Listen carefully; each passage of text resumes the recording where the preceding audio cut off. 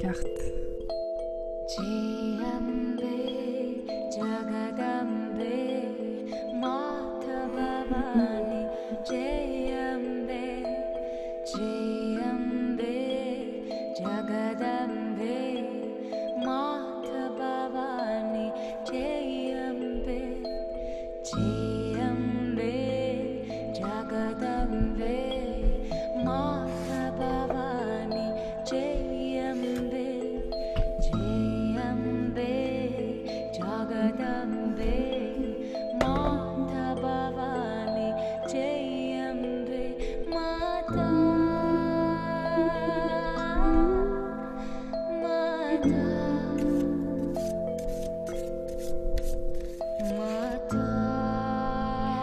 Trouvez votre souffle, plantez vos racines dans la terre.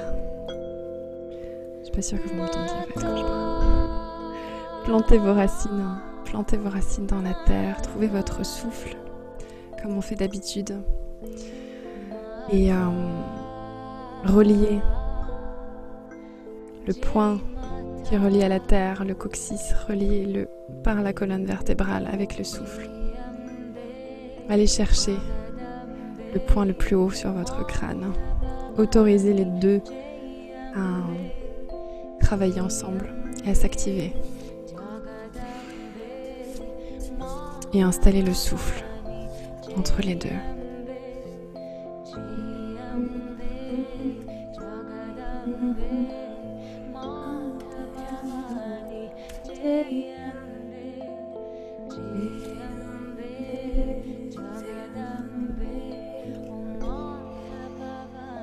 Trouvez cet espace intérieur dans lequel rien ne peut vous atteindre. Cet espace dans lequel tout va bien, tout a toujours été bien. On a tous à l'intérieur de nous un espace intouché, blessé. Que rien dans la vie n'a jamais affecté et perturbé.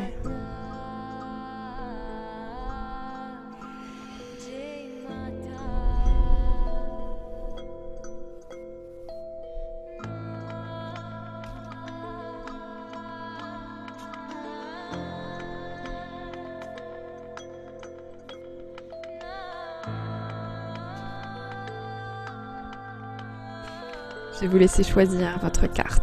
Vous avez le choix, comme d'habitude, entre 3 cartes. Je disparais.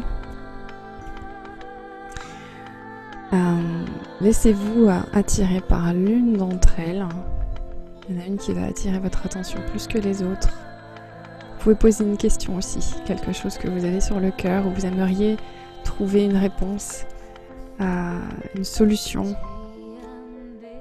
Laissez la vie vous surprendre avec des manières bizarres de vous apporter des réponses.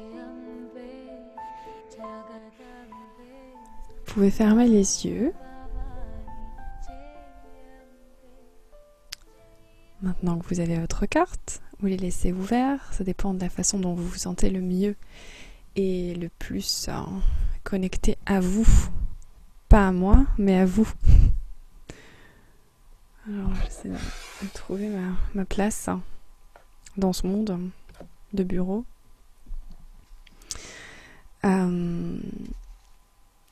Et je vais vous donner les messages. Alors, on fait comme d'habitude dans mon sens, de gauche à droite, dans mon sens, donc dans ce sens-là pour vous. Donc la première carte, c'est un jeu de cartes que je vous ai jamais montré encore, je crois, que j'aime beaucoup, parce qu'il est vraiment, il est très, très onirique, donc un peu fleur bleue, mais en fait la justesse qui se dégage des illustrations et des messages qui sont écrits fait passer le côté fleur bleue des papillons et des couleurs, etc. Donc j'aime bien. La première carte. Alors ce qu'on va faire, c'est que je vais pas lire le petit livre. Je pense que vous allez rien voir, mais je vais vous montrer comme je peux et je vais vous donner le message que moi je perçois de cette carte et je vous laisse regarder si vous arrivez à voir, pour laisser venir aussi vos propres ressentis de ce que vous voyez. Le nom de la carte, c'est faites un vœu.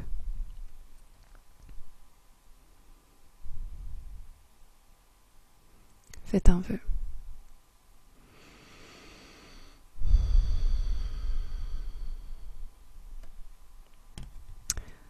Donc on a une femme qui souffle sur, vous savez, les petits... j'ai aucune idée de comment ça s'appelle, les fleurs à vœux, là, avec toutes les petites... tous les petits bouts de coton, là, qui ressemblent à du coton, qui s'envolent, avec lesquels on se servait pour faire des vœux quand on était petit, ou plus tard même, pour peut-être certains d'entre vous. Donc cette dame, qui est quand même très très liée à la nature, puisqu'elle a un arbre sur la tête, des cheveux qui sont à peu près faits de fleurs, de nature, même il y a des paysages, donc elle a de la nature partout autour d'elle. Elle souffle sur ce...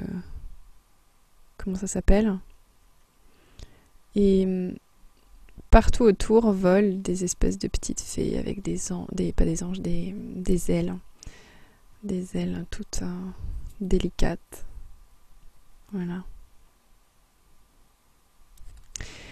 Alors, qu'est-ce que ça vous évoque, vous, cette sensation de...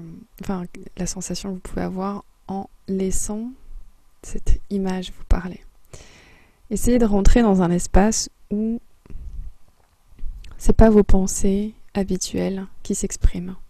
On est dans un autre espace de conscience et un autre espace du cerveau. C'est-à-dire qu'on règle le cerveau pour qu'il fonctionne avec d'autres codes. Et on fait du sens autrement. Qu'est-ce que ça vous évoque ? Est-ce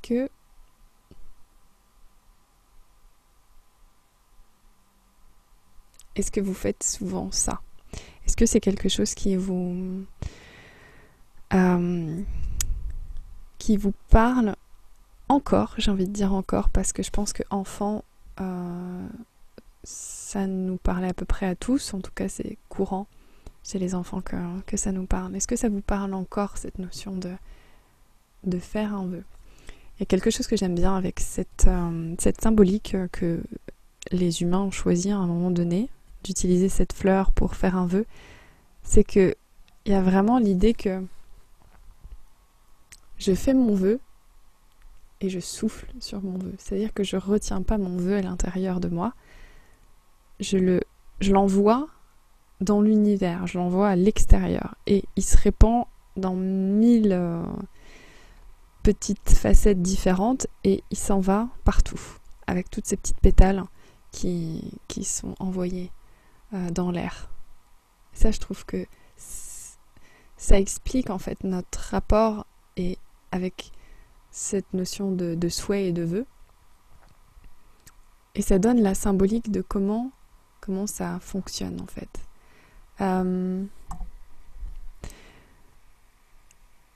Quand on souhaite quelque chose, c'est pas en restant à couver dessus comme une poule qu'on a une chance que ça se réalise. Ensuite, ça veut dire aussi que on a une relation avec la vie, avec le monde autour de nous. C'est-à-dire que elle a l'impression que, en pensant quelque chose, en le faisant passer dans son souffle, jusqu'à la fleur, que la fleur va devenir porteuse d'un message.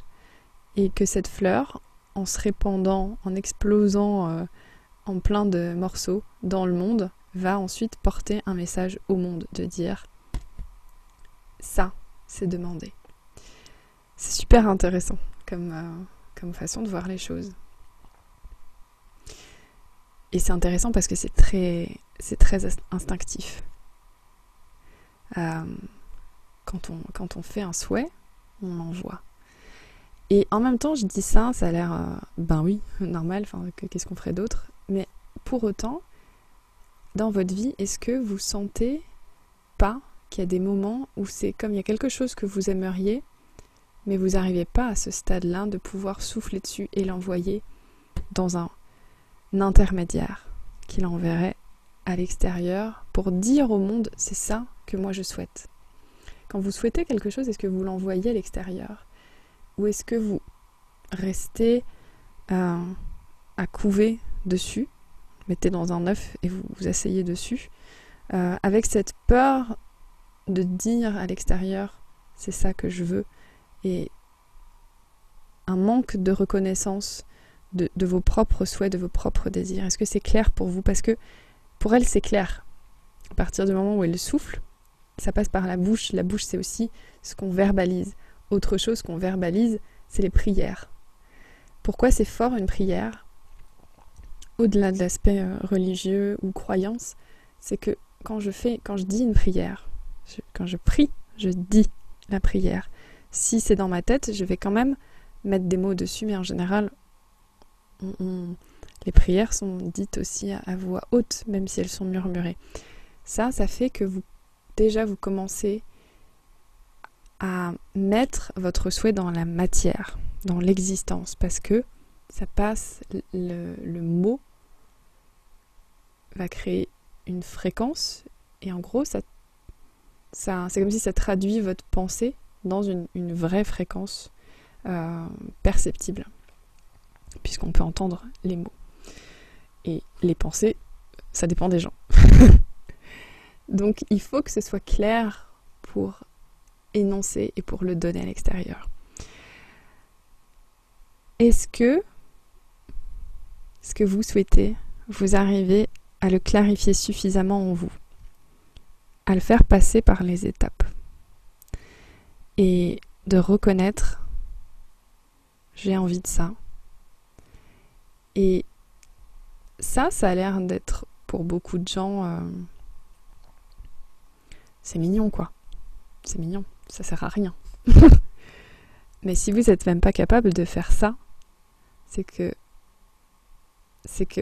vous n'êtes même pas capable de manifester votre envie en fait. Ça parle vraiment de manifester son envie.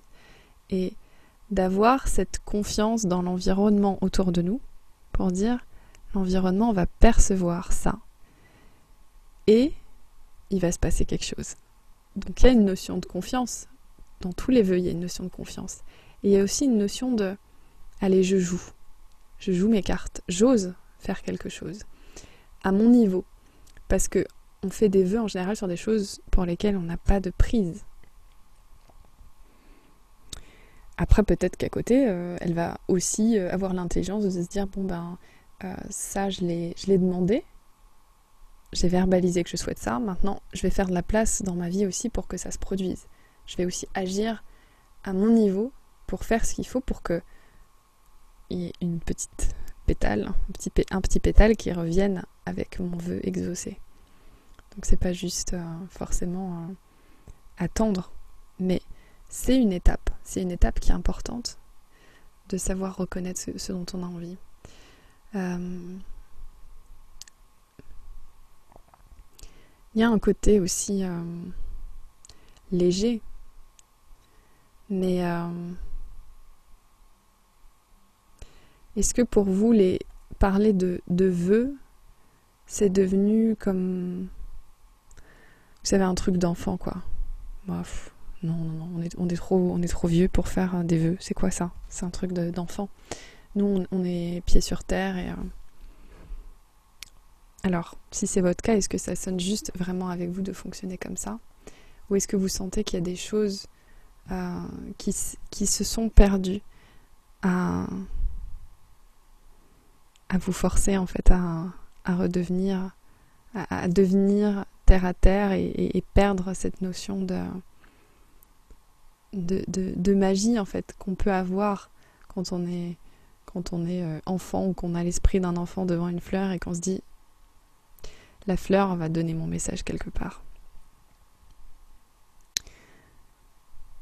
Essayez pour voir de faire repasser vos souhaits par ce processus un peu magique et un peu, on sait jamais, ça coûte rien, et en se disant aussi que ce que vous avez la force de dire que vous voulez, ça veut dire aussi que dans un sens vous vous l'autorisez, que vous reconnaissez ce que vous aimeriez de plus. Dans la notion de vœu, il y a vraiment une notion de je comprends pas si c'est possible. Je comprends pas si c'est juste, je comprends pas grand-chose, mais je sens que j'en ai envie et je suis capable d'imaginer et de rêver les choses. Et je suis capable de dire, j'aimerais que ça arrive. Parce que souvent, on se bloque. On se dit non, ça c'est... non, déjà, je sais pas ce que je veux, et puis c'est pas possible. Alors, essayez. On sait jamais ce qui va se passer. Trouver un support, ça peut aider, c'est ce qu'on appelle un rituel aussi. Une prière, c'est une forme de rituel. Encore une fois, ça n'a pas besoin d'être religieux. Souffler sur une fleur, c'est une forme de rituel. On manifeste avec le rituel quelque chose qu'on ressent et on prend la matière pour support. Deuxième carte. Alors, c'est... hop là. Faites vivre vos rêves.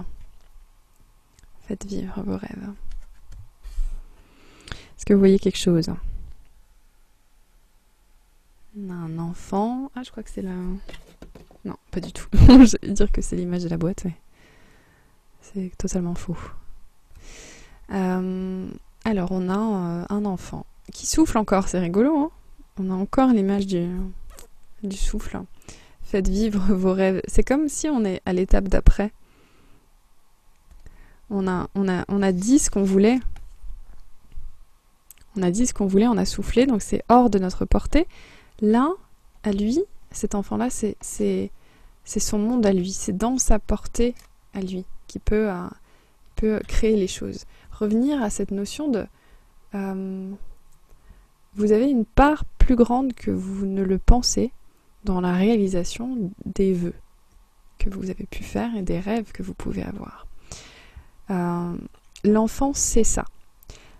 En général, l'enfant, c'est celui qui sait son pouvoir de créateur. Dans la journée, il fait 100 000 métiers, il vit sur 10 planètes différentes, il parle avec des dinosaures, après il boit le thé avec les pluches. Tout est possible pour un enfant. Il a cette capacité d'avoir un univers super riche, en tout cas un enfant équilibré, j'ai envie de dire, ou qui vit sa vie d'enfant pleinement. Et on sait maintenant à quel point c'est important et à quel point c'est structurant de pouvoir, pour un enfant, de pouvoir avoir tout ça qui se crée. Parce que c'est ça qui va faire qu'après, dans la vie normale, dans la vie adulte, il aura appris en fait de tout ça pour pouvoir mieux gérer les situations ensuite.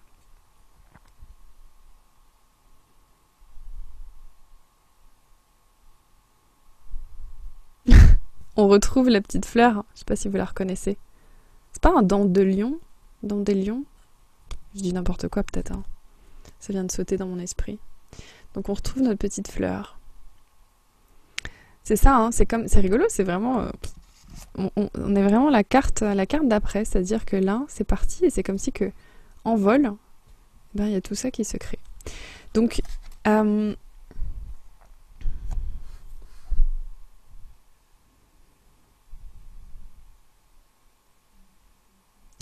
quel point est-ce que vous croyez en vos rêves? À quel point est-ce que vous croyez que c'est possible suffisamment pour faire ce qu'il faut dans votre vie pour que les racines de ces rêves-là prennent? Est-ce que vous avez la force d'imaginer les choses, ne serait-ce que dans votre esprit? Parce que c'est le premier endroit où toutes ces choses, elles vont exister. Comme pour l'enfant, tout existe dans sa tête. Il prend pour support un jouet ou n'importe quoi. Et dans sa tête, il voit autre chose. Je me rappelle, mes jeux, c'était de la folie. Je voyais tout dans ma tête. C'était vraiment d'autres vies. Est-ce que vous avez encore cette force-là? Parce que oui, on est devenu adulte, mais on n'est pas plus un enfant. On est juste un enfant plus vieux. Donc l'enfant, il reste avec nous. C'est juste que avec le temps, il apprend à... peut-être juste à manifester ses rêves, en fait. Il apprend à manifester tout ce qu'il est capable d'imaginer. Et évidemment, sûrement de faire le tri aussi. Mais ça, c'est c'est un sujet qui vient après, avant de faire le tri. Il faut déjà se reconnecter avec cette capacité de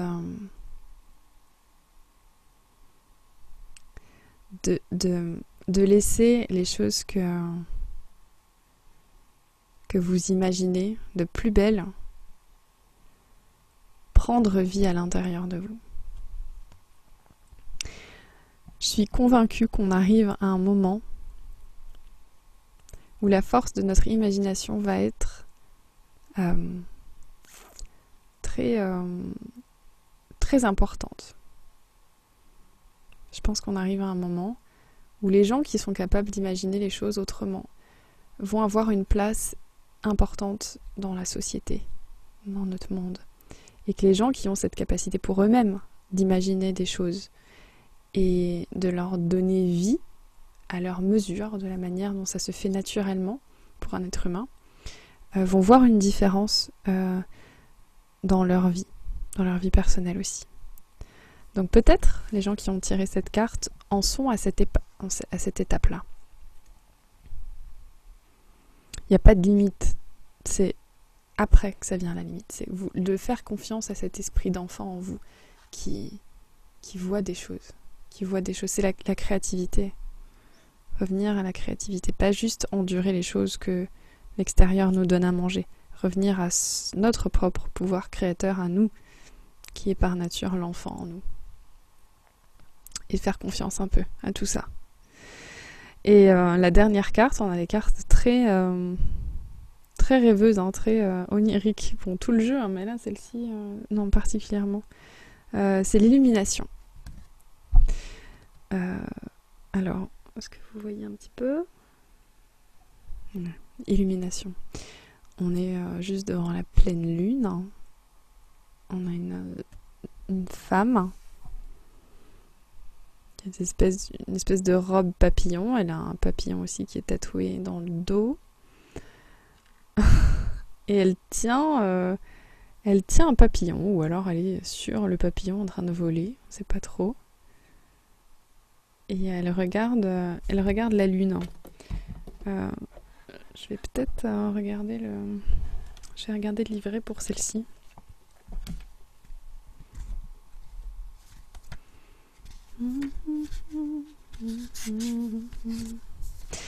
Alors, comme la pleine lune dispense sa lumière sur le monde, des conseils pleins d'espoir vous attendent. Gardez la foi. Le simple fait de croire en vous sèmera la graine de concrétisation dans votre vie. Cette carte vous demande d'abandonner les peurs et les tracas qui vous encombrent. La clarté désirée est à portée de main. Il ne vous manque qu'une chose en laquelle placer votre confiance. Alors croyez en vous et en votre soutien. Vous serez aidé dans les moments difficiles. Cette carte peut aussi annoncer l'inspiration ou un nouvel amour. Voici une averse de lumière, de surprises et de trésors cachés.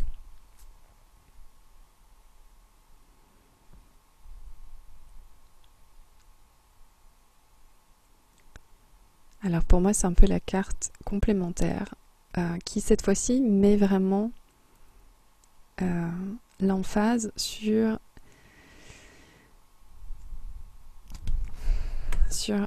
la personne. Dans celle d'avant, on avait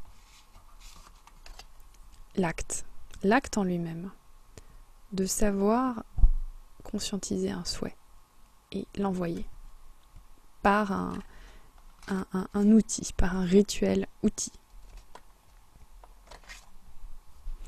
Une intention mais mise en matière. Notre deuxième carte, c'est vraiment l'accent, il est mis sur ce monde-là. Donner de la place à cet univers intérieur qui est propre à l'être humain et en particulier à l'enfant. De pouvoir vraiment laisser la créativité vivre à l'intérieur de vous. Et là, celle-ci, elle parle pas du monde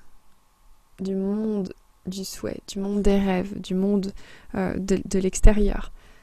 Là, ça parle vraiment de vous, de la personne qui ressent et qui espère et qui va imaginer ces choses et les demander, espérer qu'elles arrivent et qu'elles se produisent. La symbolique, c'est celle du papillon. Quand on espère que des choses se produisent, ça veut dire que c'est des choses qui sont a priori pas déjà là, qui ne sont pas dans votre vie. Ça va vous demander à vous aussi un acte de transformation. De la même manière que là, il y a un acte de transformation où on utilise cette fleur qui va subir une transformation pour poser l'acte que vous demandez de changer. On demande un changement quand on fait un souhait. Quand on demande qu'une situation s'améliore, ça sous-entend que telle qu'elle, elle est dans autre chose. On lui demande de passer dans une autre étape, peu importe si c'est positif ou négatif. Donc ça veut dire que déjà en nous, il faut être capable de vivre cette transformation qui fait que est-ce que vous êtes déjà la personne qui va avoir sa place dans ce que vous appelez. Par exemple, moi j'aime bien dire, le truc super à la mode, c'est de dire tout le temps un monde de paix, on va arrêter la paix, on va arrêter la guerre dans le monde, on va arrêter la maladie. On demande plein de choses de l'extérieur. Donc on souffle sur toutes nos fleurs en disant j'aimerais. Il y a une étape intérieure qu'il faut vivre nous. Parce que peut-être à la base, le monde, c'était un monde de paix, et là il y a eu plein d'êtres humains qui ont créé autre chose. Et là on se retrouve dans un monde qui n'est plus un monde de paix. Un monde de conflit, de guerre ou de maladie. Ça veut dire que la majorité des gens, ou en tout cas les plus puissants, alimentent la guerre et le conflit. Et en tout cas, si moi j'attends quelque chose de l'extérieur, est-ce que déjà moi je m'assure que j'ai fait ma part à mon niveau, que moi j'ai fait ma transformation de la manière qu'on a l'image du papillon, donc qui doit passer par la phase de chrysalide pour passer à l'étape d'après et pour pouvoir s'envoler vers quelque chose. Est-ce que moi j'ai fait cette transformation intérieure qui peut m'amener à vivre l'expérience que je souhaite.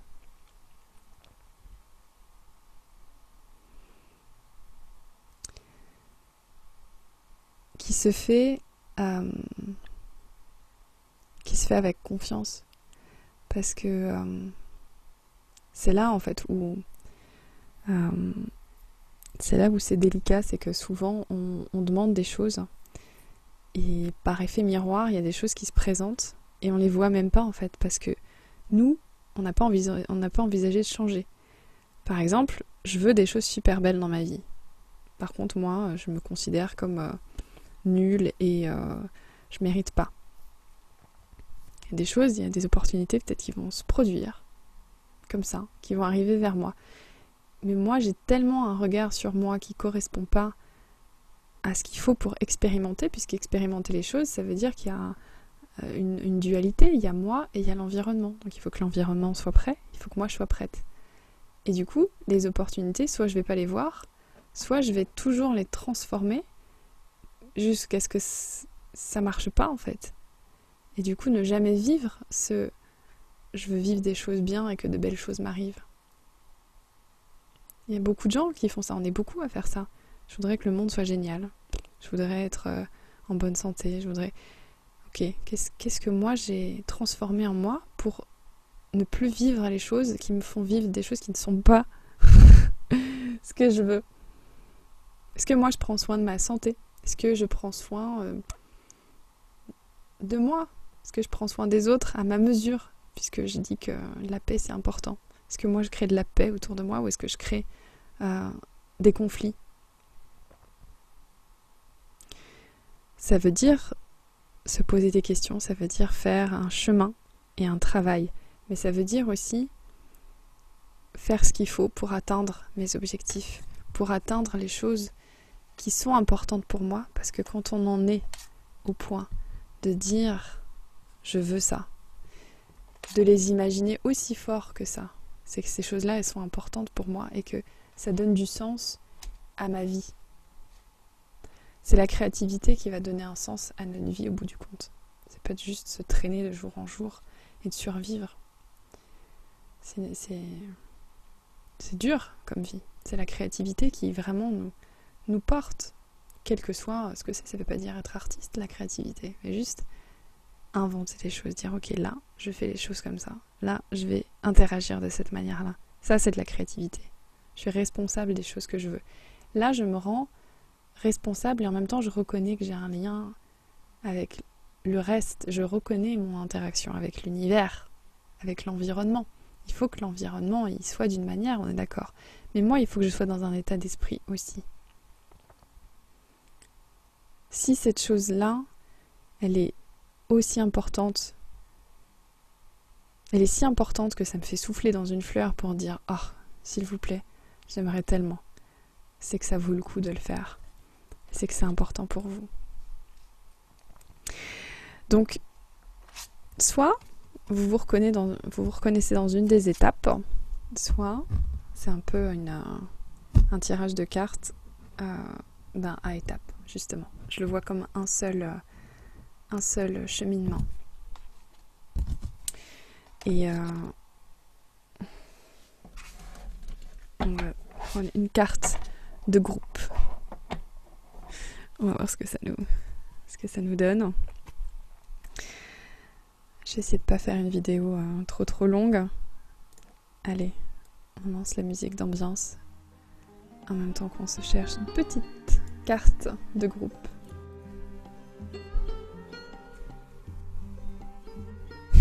C'est quand même rigolo, c'est vraiment tout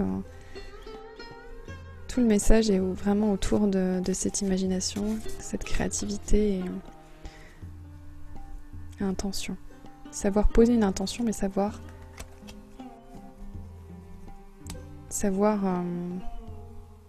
la verbaliser autant que lui donner les conditions propices pour son épanouissement dans notre vie. Notre carte de groupe, c'est nouvelle approche. Est-ce que vous voyez quelque chose? Nouvelle approche.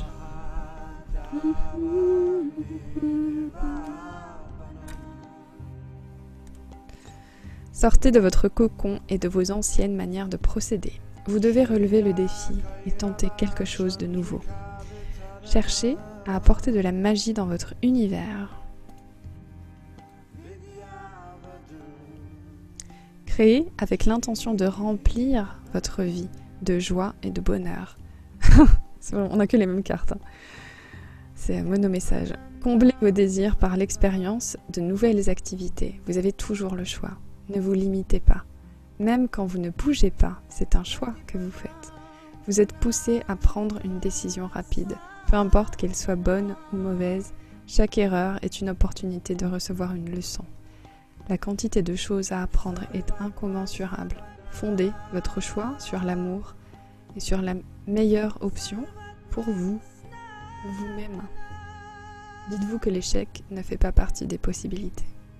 Alors, que choisirez-vous? N'ayez pas peur de vos choix.